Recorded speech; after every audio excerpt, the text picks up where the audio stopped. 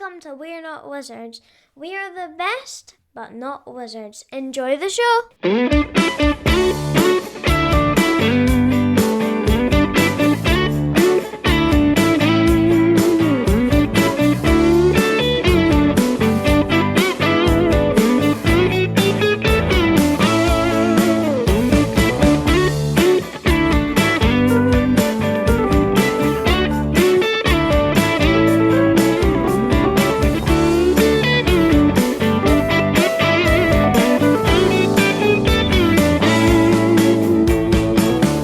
Hello and welcome to another episode of We're Not Wizards. My name's Richard. I'll be your host for April. It's sunny.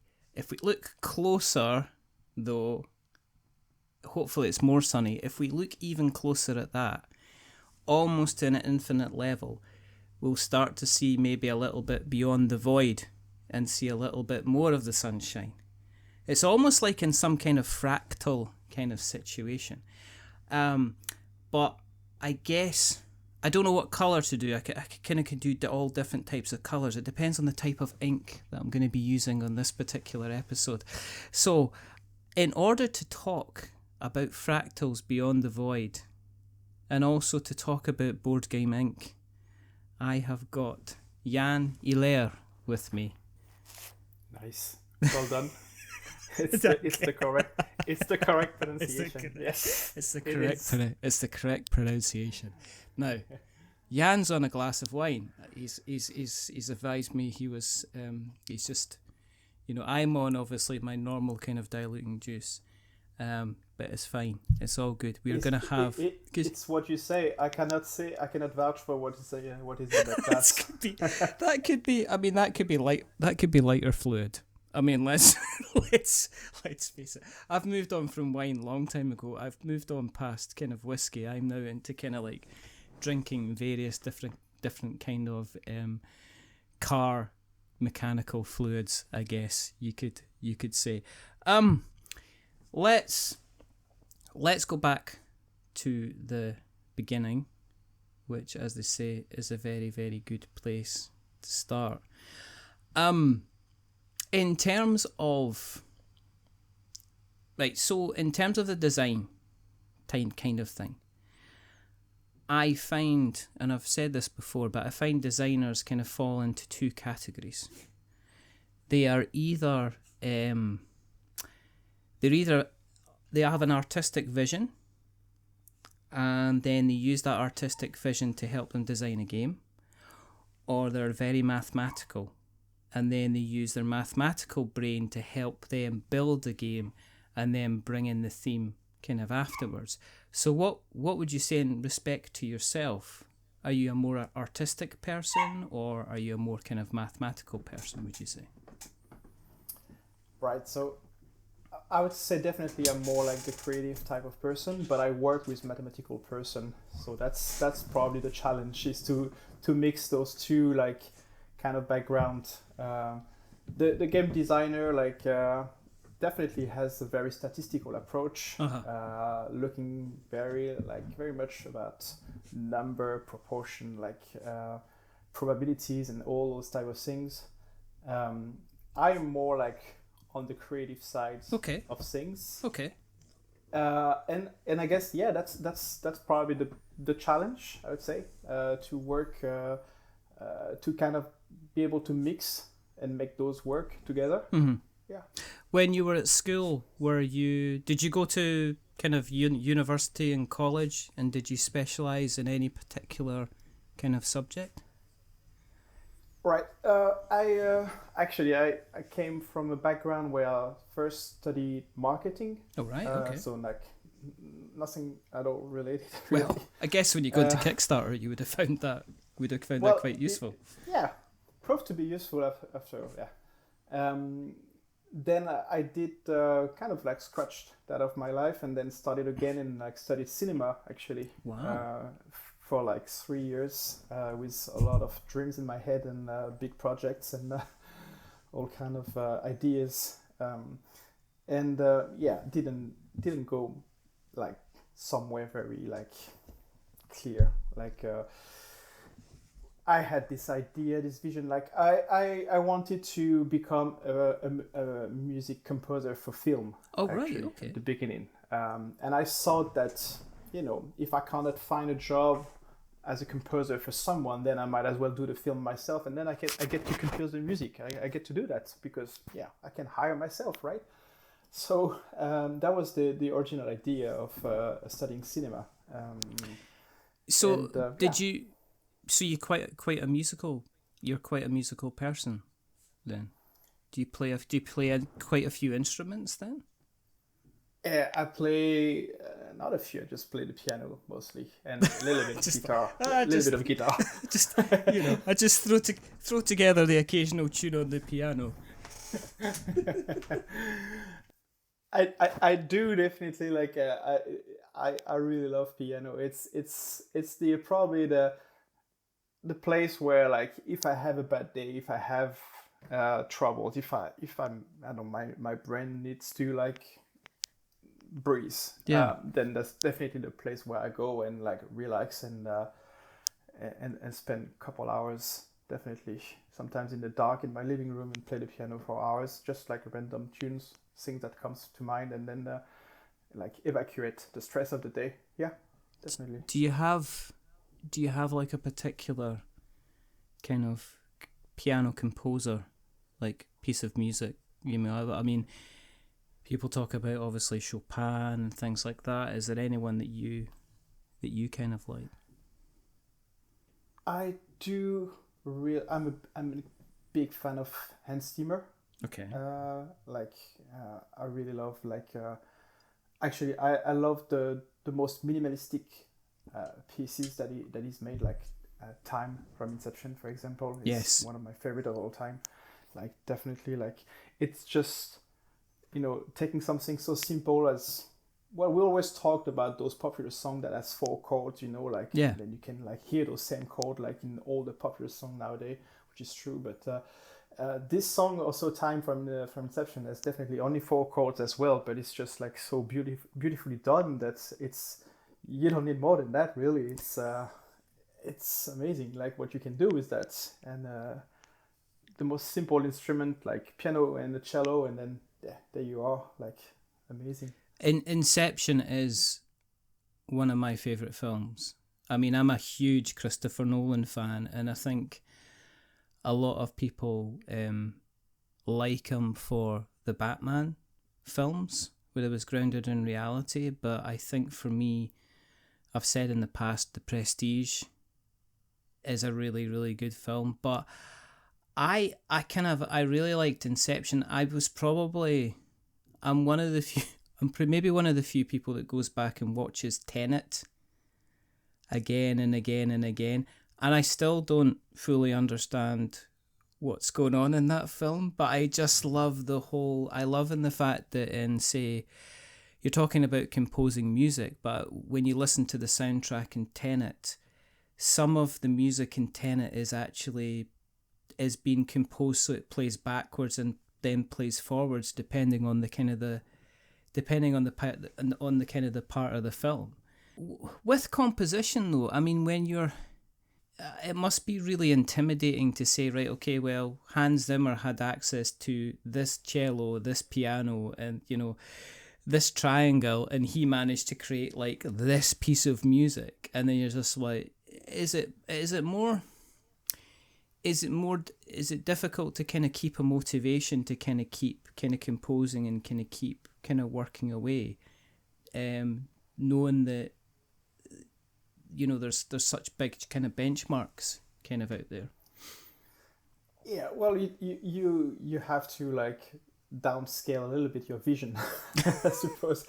Like, I mean, yeah, I would obviously love to record with an orchestra and a cello, a live musician and stuff. Like, fortunately, we live in a time where like you can do quite a lot with just a MacBook and a few software. The sample now, like the virtual instrument, they're really, really good, and then you obviously, like, you can hear the difference, but this is really, really good quality still. So you can you get there somehow. Like it's a little different, but it gives an impression that you're getting there. At least. So you went and you studied cinema, and then after that, where did your career kind of take you? What did you end up kind of doing? So like the idea was right when I finished university, me and my friend, we started working for a few local companies making corporate movies. We had that idea, like a bit naive idea, that we would work with corporate companies and make a little bit of money, and then we could spend that money making our own movies. Yes, yeah. Being creative and all that. And it went a little bit differently in the sense that once we got started to work like with companies, and we did work more and then work a little bit more, and then we just didn't get the time to do like all those creative projects that we dreamed about. Yeah. So we ended up like creating a company together where we did like those corporate movie like for the next 6 years or something like that. Okay. Which was like a very, very good opportunities. Like we had some really good clients that we got to travel, we got to like discover amazing places in the world, and like it was a great opportunities. But obviously like it became really hard to have the time and energy to spend on like something more creative. Yeah, did you find that, I mean, working with kind of corporates, where you found that there was kind of like rules that you had to stick to with regards to what you were allowed to create and what you were allowed to kind of make? I know I've dealt with corporates in the past, and when it comes to things like when it comes to design in relation to kind of like marketing and websites and things like that, they're very, very strict on the assets that they want to have, and they're almost very, very strict to say that, well, you can't use this font here, you have to use this here, you have to use this colour here, you're not allowed to use this colour because it's actually our competitor's colour. And I've seen that before, and I've said, oh, this works really, really well with a product, and it's like, no, you cannot use that colour, because if people associate that kind of colour with that other brand, so if they even if they see our product, they're going to automatically go, oh yeah, that's that company. So did you find when you were working the corporates, they had kind of rules then that you had to follow when you were making the kind of the videos and things like that? So I think we actually got a little bit lucky there, because we signed a very big client quite early when we started the company, and I think we got that client because we wanted to bring something different the corporate world. So for example, we started we were filming like those kind of nice gastronomical restaurant and luxury hotels, and we started to do it a bit the same as we would make our own movies, like in a bit of a cinematic way. Yeah, okay. Bringing something that, I mean, nowadays you see that everywhere, but like I'm talking back in 2008. Oh, right, okay. It was not that often that you would see like some of the shots that we were trying to make with like the random equipment that we would build ourselves, in our house, like with random plastic tube and stuff like that, to make like a traveling glider or something like that. No. And I was actually composing the music for those films, and I think that's this approach that was a little bit different than the regular corporate approach that you would find at that time. Yeah. That got us that big client because they wanted something a bit more fresh, I suppose, or I don't know, they just liked it, and then we got to sign them as a main client. Wow. It was a big chain, and then we got to do a lot of film for them. So I don't think the rule was so strict with them, actually. I think because they wanted to keep that fresh new image of the brand that they were representing. And I suppose back in 2008, I mean, we're spoiled now for kind of creative tools when it comes to video. I mean, you only need to look at say even like TikTok and you look at the various, there's so many different filters and effects that you can apply to video in real time.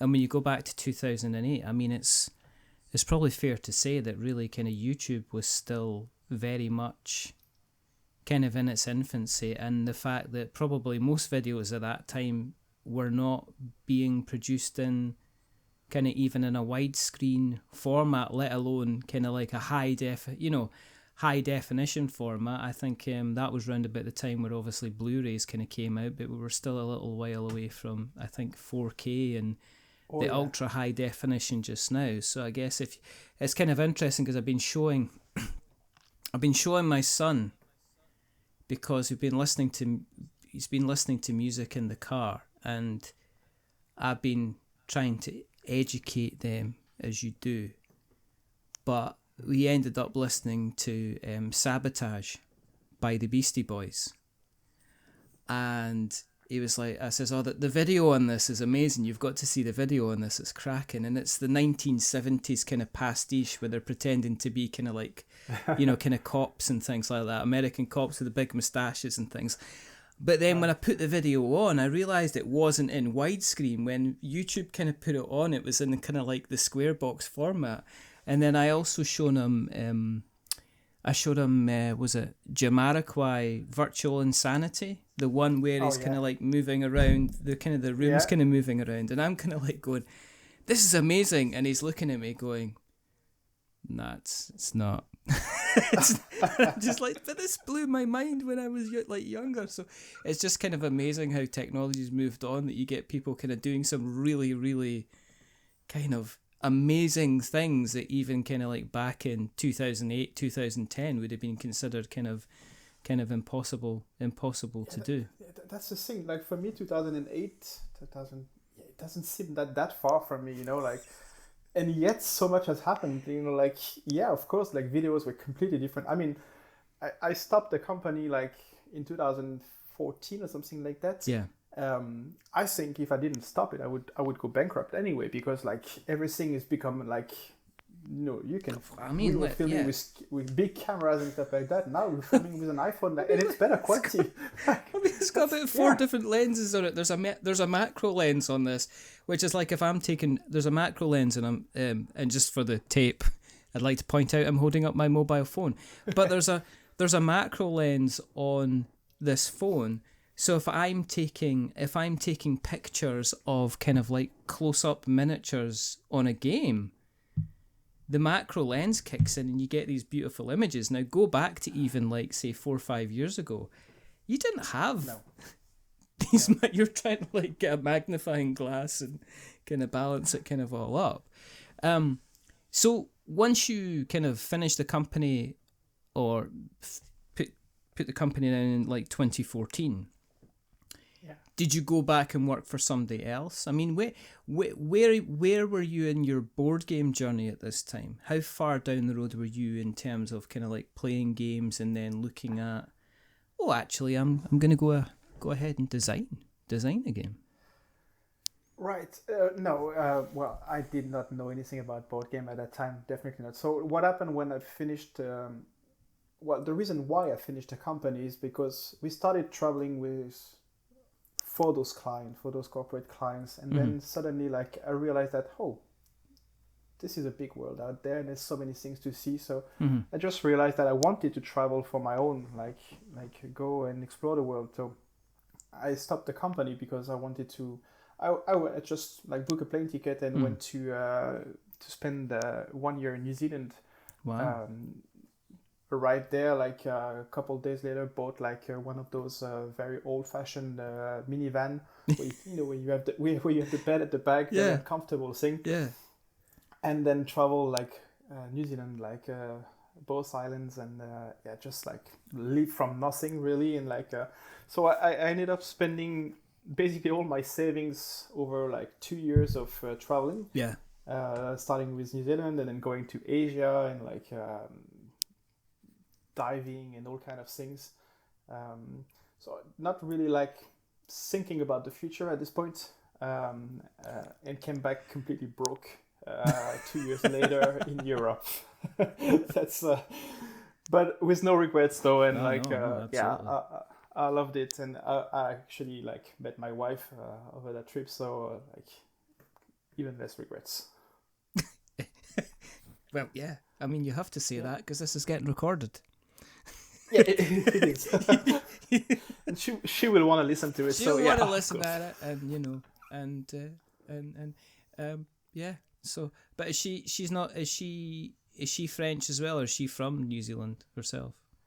No, so she's Danish, and that's the reason why I am now in Denmark myself. Oh, right. Okay. Good stuff. So that's yeah. That you don't come to the northern part of Denmark just randomly. There has to be a good reason for it. It's got to be a girl. It's always a girl. It's always a girl for northern Denmark. I heard that's a number of. I heard they have at the immigration desk when you come into Denmark now. They've got like a sign that says, "If you come here on business, join this queue. But if you're coming here to Denmark for a girl, then join this queue." And usually the queue for that is usually about the same size as the kind of the business one. So what I'm hearing is you're very creative. So I'm trying to. When did the crossroads occur when you were sitting down and going, these board games, they're good fun. I might try and make one. Right. So when I get back from that travel, me and my wife, we moved to London, where I kind of like improvised myself web designer. I say improvised because I had no qualification whatsoever. It was one of those cases like fake it till you make it. Right, okay. I remember like arrived there, I had zero money, and then find like a job in telemarketing or something awful like that. Mm-hmm. And then just wanted to get out of it, and then I started to apply for designer, UX designer as they call it now. Mm-hmm. And I had no experience whatsoever, but pretended I had some, and got a job actually fairly soon in a company in London. And I got to learn a lot of things, to be honest, because like since I didn't know anything, I learned everything there. Yeah. I do remember like the day before I started, I do remember like Googling like what does like a web designer exactly do, you know, like what's the job exactly. I had no idea what I was doing, but do you still know this company? Do you have any contact with this company, or? I actually do, like actually I do, and he found out for sure. Yeah, exactly. I was wondering if it was a confessional thing. It was like 6 years down the line, and it's like and they're patting you in the back and saying, "Yann, I must say you're one of the best web designers that you have." And it's like, well, you wouldn't think so at the time when I joined, because I knew absolutely nothing. But well, I appreciate that there's still some opportunities in the world where you get to like, you know, people don't necessarily need to see like a 5-10 years experience of something before they get you a chance, because I mean at the end of the day, what are the risks for a company to hire someone, you know, if you fit the description? If you don't, then yeah, it's the right person sometimes, and it's the right there's one, as I said, I think there was one thing I remember recently where I saw on one of these business social media networks where they were saying, I recently applied for a job to and was turned down because I didn't have enough experience in the programming language, and they were asking for, was it 5 years programming experience, and they says but the language itself had only been created 3 years ago. I should know. I created the language, basically. So the guy had actually done it. But the other thing is, as well, is like, if you're gonna ask somebody to do a job, ask a lazy person to do the job, because a lazy person will always find the quickest, easiest way to do a job instead of like the most complicated way. And I think that's how I run my life. But so you're in London. Is this when little bits of cardboard? Yeah, kind we're of getting entering there. your life? Yeah, we're getting there. Yeah. So that same person that I had the first company with, we actually got to meet a weekend together, and then he was the one introducing me to board games. We played a couple of board games for the first time. Like, I had no idea what, like, all the thing that already existed at that time, you know, like I didn't know much about it.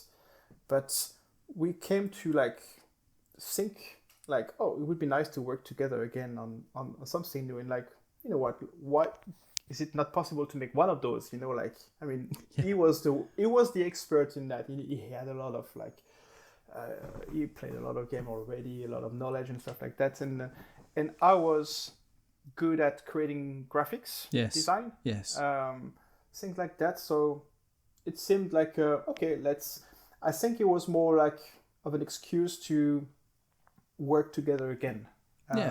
There was definitely no big project behind. It was a fun project, just like, you know, like some excuse to get together and talk and, you know, spend some time together. And the thing is, like, obviously, like, we got to like you imagine that, oh, it's just a matter of a couple months, right? It doesn't take that much time to do a board game. It can't be that hard, right? It's just paper. It's famous last words. Yeah, exactly. It took a bit more time than that. Few iteration of the game. Though the first game was called Exodus, Rise of the Corruption, and definitely like we had a few versions of that one. But it was all in good fun, honestly. Like, we would meet. So he was living in Belgium, I was living in London, and we would meet in random places in Europe, like, and just like booking an Airbnb for the weekend and testing the game, and like, okay, going back on the Monday, starting all over again, and like, it was just fun. And then, you know, the project, you get more and more invested into it, and then obviously at the end, like a year and a half later, you look back and say, oh, okay, it took a bit more time than I expected. And but, you know, now we're there, so how about we try to make something out of that game, you know, like, and obviously like you also like go through Kickstarter and you see those campaigns, and like, oh, okay, well, seems like there's a market for it, you know, people seem to enjoy those things. And essentially that's what we did. But to Kickstarter. Yeah, I know, but it looks, I'm not being funny, right? But it looks extremely kind of above and beyond what I would expect a kind of a first project to be. Like, looking at Exodus, there seems to be a lot of kind of moving parts to it as a game. Because normally when I speak to first time designers, and I hate to be, I'm almost like a Sith, it's like it's all binary, but they either seem to be, first time designers to me either come out with a very, very simple kind of almost like kind of simple to play, mechanically simple, not many components kind of game, or they go huge and it's got like, you know, tons of minis, lots of mechanics and lots of components. Looking at Exodus, it looks like you kind of decided to go, well, I'll roll all the dice and see kind of what happens. Was it bigger? Yeah, was it even bigger than that? Was it a bigger game when you first designed it? Oh yeah, there was everything and nothing in there before. Like, it was a lot of ambition, a lot of desire. Like, oh, you want to put everything you know about it, and then, but I think as the project progressed, and we saw ourselves like trying to put it on the market, and by market I mean Kickstarter. Yeah. We tried to make it a bit more like realistic. So that's when we started to kind of like streamline everything, downsize everything. We didn't go for like a lot of plastics and things like that. We really tried to, and we tried to also like, first game, nobody knows us, obviously. Like, we know one. We're like two people just like having fun. So we didn't want a game that was too expensive also to produce. There would be, we can't come to Kickstarter with a game that costs like $200 and something like that, you know, with just a lot of plastic. People would not trust us, they don't know us. So yeah, it definitely had that step where like we had to like kill the darlings, as they say. Remove all the things that's we love them, and they could be a good expansion eventually, later. But for now, we needed to keep the thing as simple as possible, as streamlined as possible, and that's what we try to do. To some extent, it worked. I think we could have streamlined a little bit more, but still, it's it's somehow we made it. We made it. Well, I mean, the first campaign, it was, I think your target was 20,000, and you did 170, which for a first, I mean, normally for a first Kickstarter campaign, and in my experience, it's a kind of like they'll do a 20,000 campaign, will do 30,000 or 40 or 50,000 if it's doing really, really, really well. But to do 100, that's what we expected. But to do 170,000, were you kind of like, oh my goodness, they better like this, they better like this game, otherwise we're in trouble. We definitely did not expect that at all. Yeah. And I remember that we were still living in different places at that time, even during the launch of the campaign. I was in Norway, and my friend was still in Belgium. And then he came to my place, and I was living in Oslo. And then we got really surprised by the first day, actually. And we were not ready. Like, we were not ready with all those stretch goals. We're not ready for with the content, with the updates, and we were not ready to and we didn't know anything, so we didn't know what it would take to answer all the comments and interact with the community and basically make the campaign alive. That's because that's what people like. Yeah. Really we created all those kind of challenges and quests and something like that to make it entertaining, and I think it was just all improvised, on the go, because we had no idea what we were going to really. On the same side, then I would have imagined that when you were doing kind of the video creation and things like that, you've already given examples where you've used I've used plastic tubes in order to create a kind of a steady motion kind of thing. So it sounds to me there was a lot of thinking on your feet. And I'm getting the impression that if I put you in a situation where you've got to think in your feet, like realising you've got a job next day where you've got to be a web designer, that you sound like you kind of flourish under that kind of pressure. And it sounds like Kickstarter was something that was a stressful environment, but it was something that you thrived under, that you enjoyed. I mean, a lot of people find Kickstarter an extremely stressful experience and only do it because it's the way to get their game funded. Where it sounds to me like you were like, this is, I'm actually enjoying this process as well as just trying to get funding. Well, it's definitely that type of thing where you're I love that thing of being under the fire, and I love being under pressure. I love to work under stressful conditions. It's a bit weird to say that, honestly, but it's that's how I strive, I suppose. And to say it's enjoyable, it is, because there's that satisfaction that it's working, right? You're not doing all of those things for nothing. You're doing it to answer the community and the positive feedback. So it was all in good fun. Coming up with all those challenges and ideas for involving the community was really okay, that was fun. That was a lot of work, but that was fun, because you could see that people were following. But I also do remember crashing really hard at the end of that campaign, being completely exhausting, and it was full on. We were just two people at that time, and then it was a lot of people, and we had so many comments, and we were following up on all of those, and it was quite insane.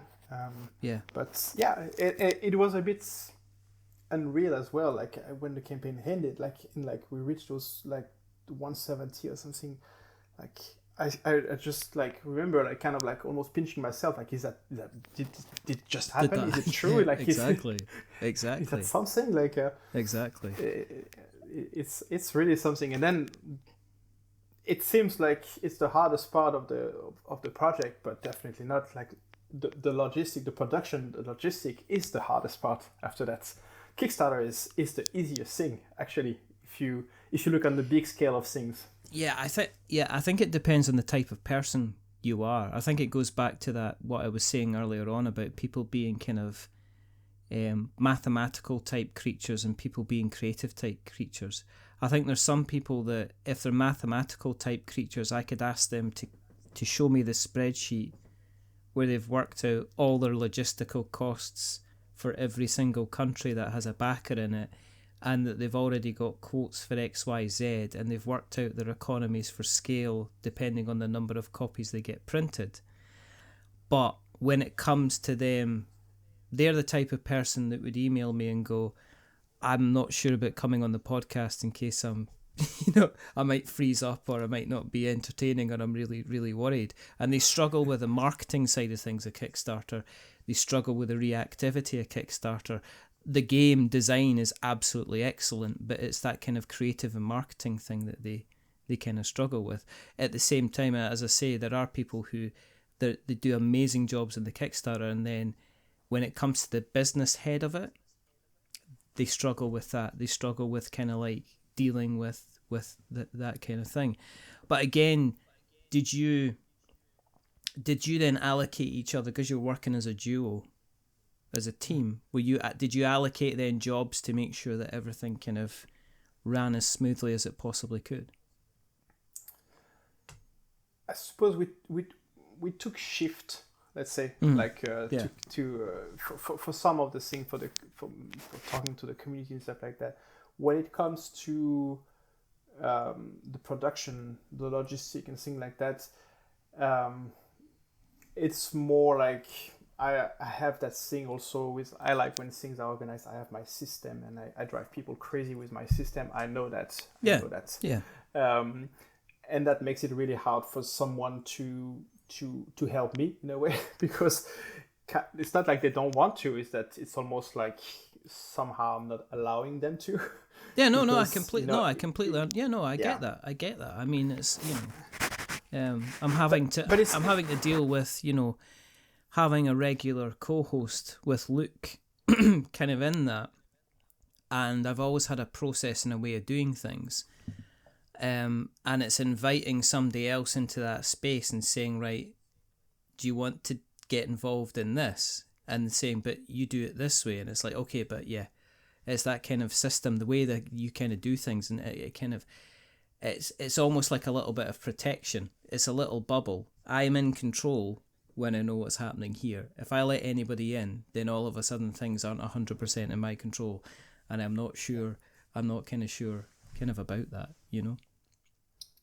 But that's terrible, because like I've had the same problem many times, like especially like with the last fulfillment for like the latest game, Fractal. I have a lot of people around me that wants to help me, but every time I'm like, you know what, I cannot really. I don't think you can help me, because it will take me longer to explain how I do things than to do the things myself. In a way. Exactly. Yeah. And if you do it a little bit different, I don't want to create a situation where I can get mad at you because you want to help, but because I'm so like peculiar with my system and all those things, so I end up like piling up things for myself rather than to like accepting people to help me. That's a personal issue on many things in my life, but so yeah, for those roles, I suppose we had our roles, and we try to kind of like dispatch different things on our shoulders, but all the organization, logistic and stuff like that was more like something that I was taking charge. Okay. But it's always nice to have someone though to. Sometimes you need just a reassurance to know, like, okay, I'm doing that. Do you think it makes sense? Like kind of like having someone telling you, like, yeah, okay, have you thought about that? Have you thought, like, having that person where you can like debate if you're doing things properly, because everything was new. Like I had no idea how to produce a game. I had no idea how to like import a game and deliver a game to, like, we had more than 3,500 backers, so it's a whole new world. It's a complex world. I know now a lot of terms for import and stuff like that I didn't want to know. Like all those complex things with logistics it's not something that I've ever been interested in, and I know why now. So, obviously, not content with giving yourself a big enough job with Exodus, you then decide to go to Kickstarter again with Fractal. So, Right, yeah. and as a musician, you'll be aware of this. The second, what they call the difficult second album. So in terms of the design for Fractal, did that come from pieces that were left out of Exodus, or was that a completely separate design that you had kind of sitting? So that's a completely different experience for Fractal, because Fractal is a game that we have been contacted with by Bernardo, which is the game designer of Fractal, the original game designer. And he came up with that concept that was quite mature already, and that big ideas. And then he had seen Exodus, he had backed Exodus, and he loved the just aesthetic of Exodus. And like thought that he would be a good match with Fractal, and yeah, we definitely agreed on that. And that's how Fractal was born. So like we had less involvement in Fractal in the game design than Exodus, for sure. Okay. Was it a different prospect then when you went to Kickstarter? Because obviously you had some experience, you knew how to deal with kind of like the client, the kind of the, I guess, the backers. But you then went on. I mean, was it almost like 500,000? So was that again? I mean, was you kind of like, oh, this is just like a huge surprise? I mean, did you go in expecting, well, if we get another 170,000, I know how to deal with that? But then it went on to do almost like 500,000, and you just like, at any point were you just like running around with your hands in the air going, I have no idea what I'm doing, this is rubbish?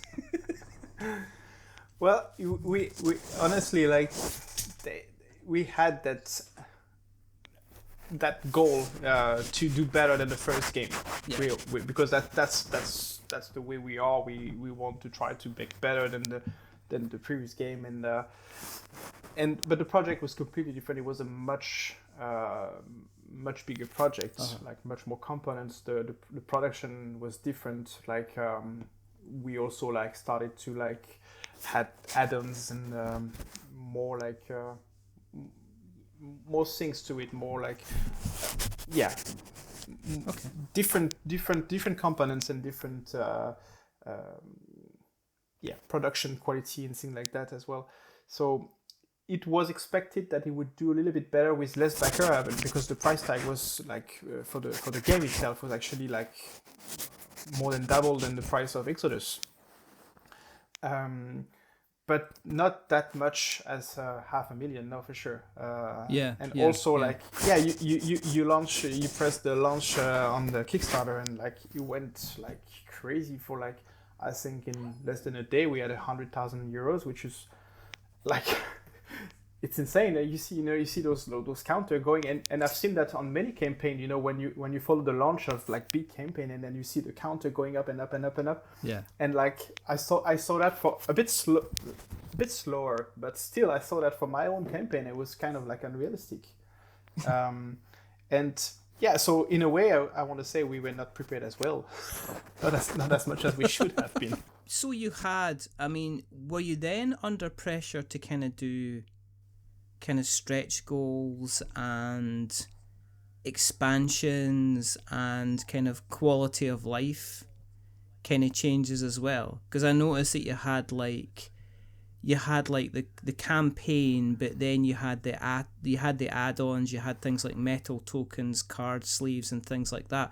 Were they something that was planned from the beginning, or was that something that was kind of like community driven? Because the reason I'm asking this is because sometimes I'll find that sometimes additional stretch goals and add-ons will come from the community as opposed to being something that was there at the very, very beginning.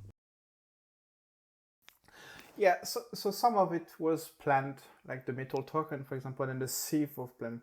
But when we actually launched the campaign, we had this idea of having the core game and the expansion as a different box.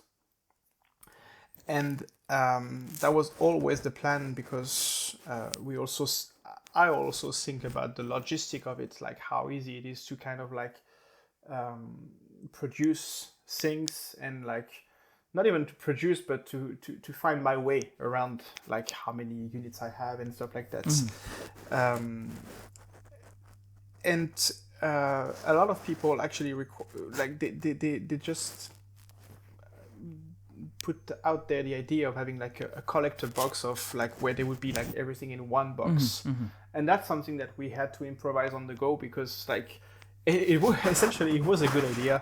For some reason we didn't think about it, but it was a good idea, and that's what we did at the end. So, but I think that's the only thing. We've probably upgraded some components and things like that. Yeah.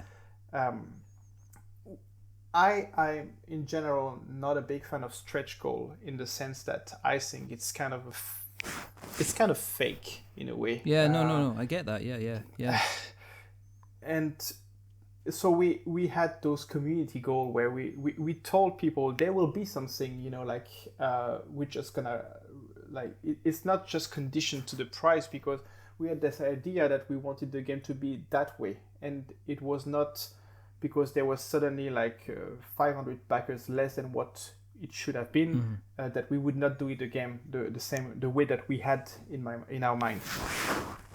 So, but it was actually quite misunderstood, this idea of not having stretch goal. And I remember when we launched, a lot of people like were worried that why don't they have stretch goal? Like, why don't they have like an extra character hidden somewhere? That's if we reach this amount. I think once you get to a certain level of funding, it's almost like it's expected.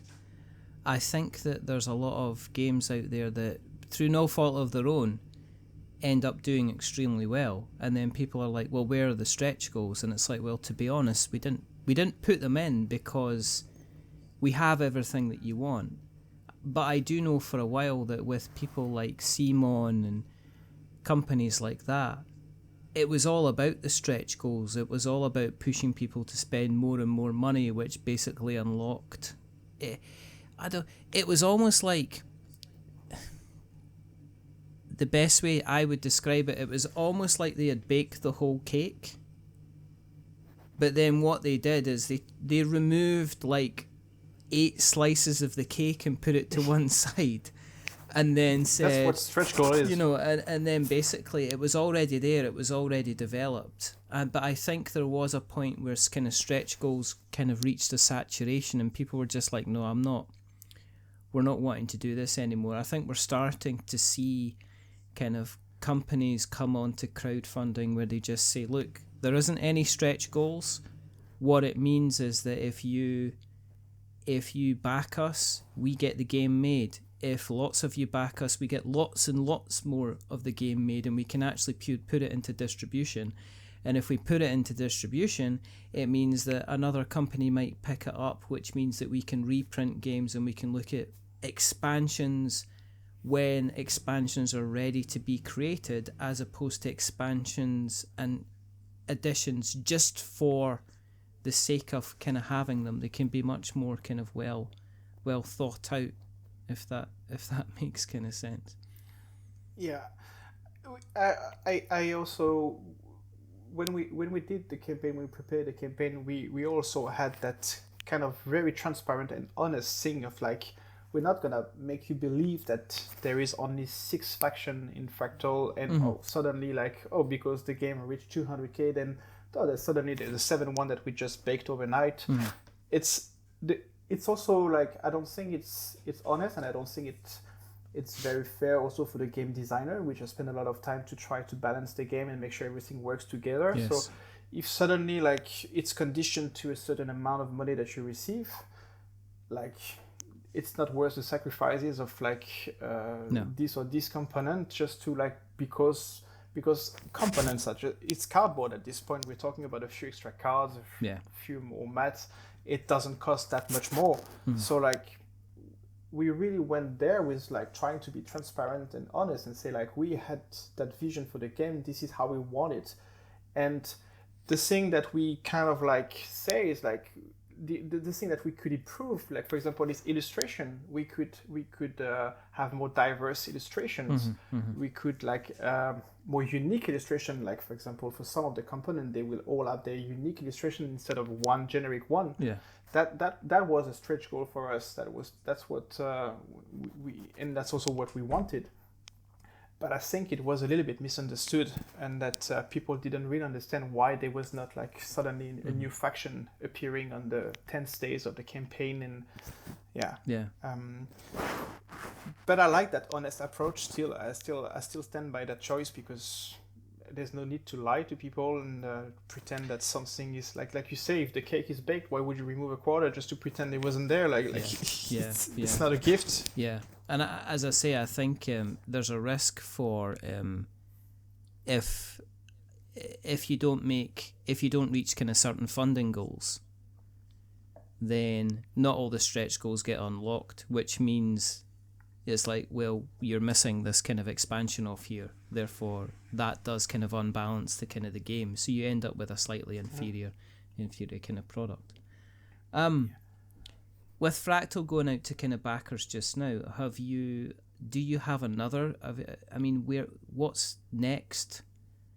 What's next for kind of Board Game Inc? I mean, I take it you must already have a kind of a plan for what's kind of going to happen next. Yeah, we do.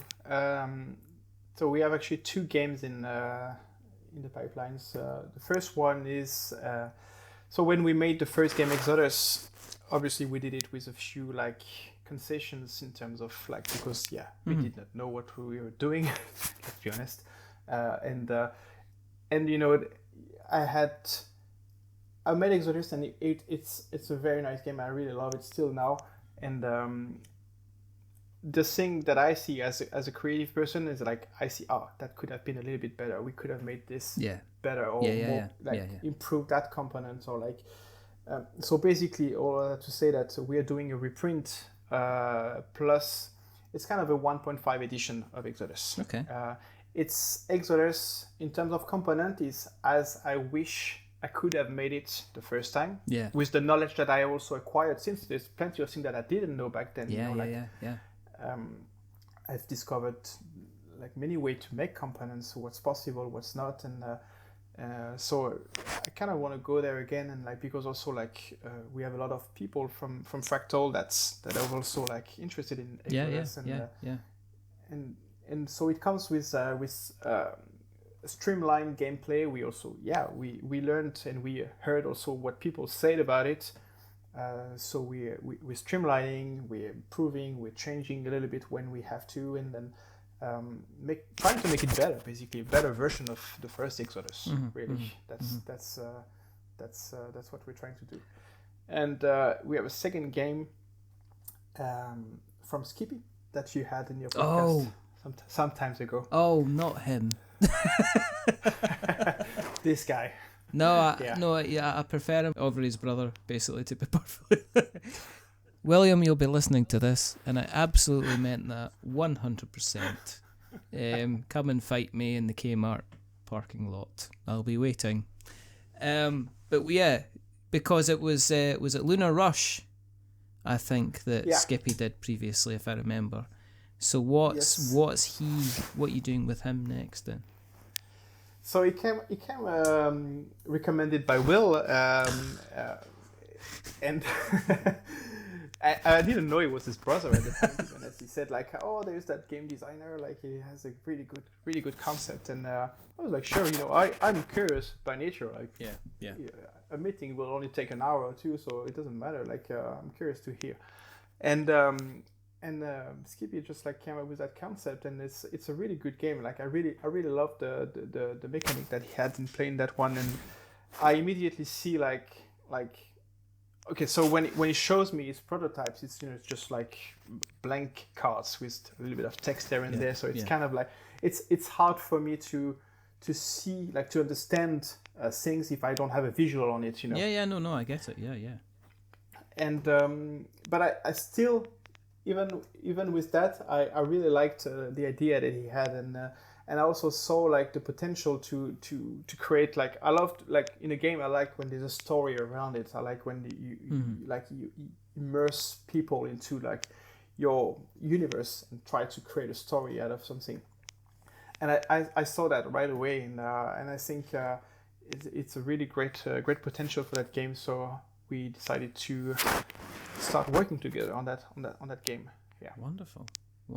So yeah, it's really something that I'm looking forward to. I love like creating the design, the graphic design of the game is actually my favorite part of it. So right now I'm like doing the changes on Exodus, and I'm working on that new one, and like I love that part very much because I'm just in my cavern, laying my zone all the time, and like this is the creative part that I like. Yeah. So are you still working on a full-time basis then? Do you still have a job, or are you slowly kind of moving away from a 9 to 5 and becoming kind of like, I suppose you've been your own boss before, so this will just be like putting comfortable shoes back on. The interesting thing is, like, before we launched Exodus, I was working in Norway at that time, and I actually quit my job like 3 months before launching the campaign, because in my head it was like, if you gotta try, you might as well go all in, and if it succeeds, awesome. If it doesn't, well, I just find another job. Like, I mean, I'm a graphic designer. Like, there's 10 new ads a day for that job. You'll find something. So yeah, I quit the job and I launched Exodus, and I focused a lot the months after the campaign on making Exodus. I'm still working as a freelance, as a graphic designer. Oh, right, okay. For companies also back in Norway. I'm not employed as such, but I do have that little like security backup, just in case. Yeah, just in case. Which feels good. Yeah. Feels good to have something just in case. Good stuff. Yeah. If people have listened along and they want to keep an eye on what you're up to and where you are, where can they find out about yourself on the internet webs? Where do you exist? If they have managed to follow along, thank you. We have our website, boardgaming.com. So bored as in like I'm bored. Yes. Gaming. It's not something that everybody understand, especially in France. Like it's the same. Like when I'm the company is registered in Belgium actually, because like that's where my friend was based. Yeah. And when you have to talk to administration and they ask you for the name of the company and you say Board Game Inc., they just don't grasp it because well, I mean, I can't blame them. It's a bit of a weird name, to be honest. Yeah. But yeah, the website, and we have a newsletter there, which we don't really use, to be honest, but we should. So go to the website. Don't bother with the newsletter because you'll never actually get anything sent to you through In fact, if you want to sign up to a newsletter where you don't get bothered every single week by a newsletter, you're not going to be bothered by ours for sure. Then go to Board Game Inc. and sign up for the newsletter, and you're guaranteed that you'll be like, you'll never get lots and lots of emails from them. You'll be very, very happy indeed. It's like as a private person, I don't like when I subscribe to a newsletter and I'm bothered every day because I feel like, okay, that's too much. I just want to unsubscribe to that. Yeah. So I want to keep that excitement of okay, there's something new, and then when there is something, then at least you know that it's something important. And people will read it. So yeah. Cool. So maybe one day we'll do one newsletter. Maybe. Who knows? Maybe. But not today. But what we will do is we'll make sure that we put all the links into the show notes so that we've got notes to show. If you want to keep an eye on what we're up to, then go to the internet and search for We're Not Wizards. If you want to catch up on previous podcast episodes, go to we'renotwizards.com. If you want to read words that we've written in the form of reviews and other such things, and also the latest podcasts get posted there as well, go to we'renotwizards.co.uk. Again, if you like what you've listened to, then please go and subscribe on your podcast catcher of choice. But Spotify is apparently all lovely and wonderful, so go and check us out on Spotify and give us a little subscription on there, and give us a rating or a review as well. There are only a couple more things left to do. The first thing is to remember that we're many things, but we're not wizards. Are we wizards, Yann? We're definitely not wizards. That's easy. No. Just need to get everybody else to do exactly the same thing as well. And the second thing is to say goodbye. So it's a goodbye from the rather wonderful, rather fantastic Yann Hilaire. Say goodbye, Hilaire. Still nailed it. Perfect. And it's a goodbye from me. Remember, stay safe, roll sixes, make something awful. Thank you for having me. Oh, it's been an absolute pleasure. But until the next time, take a look beyond the void, the fractal way, and bye. A wizard is never late.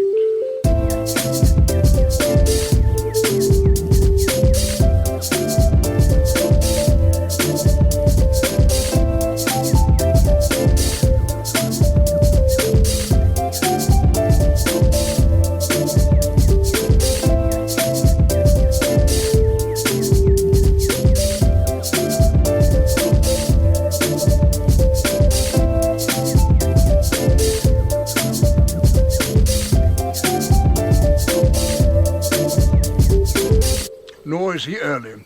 He arrives precisely when he means to.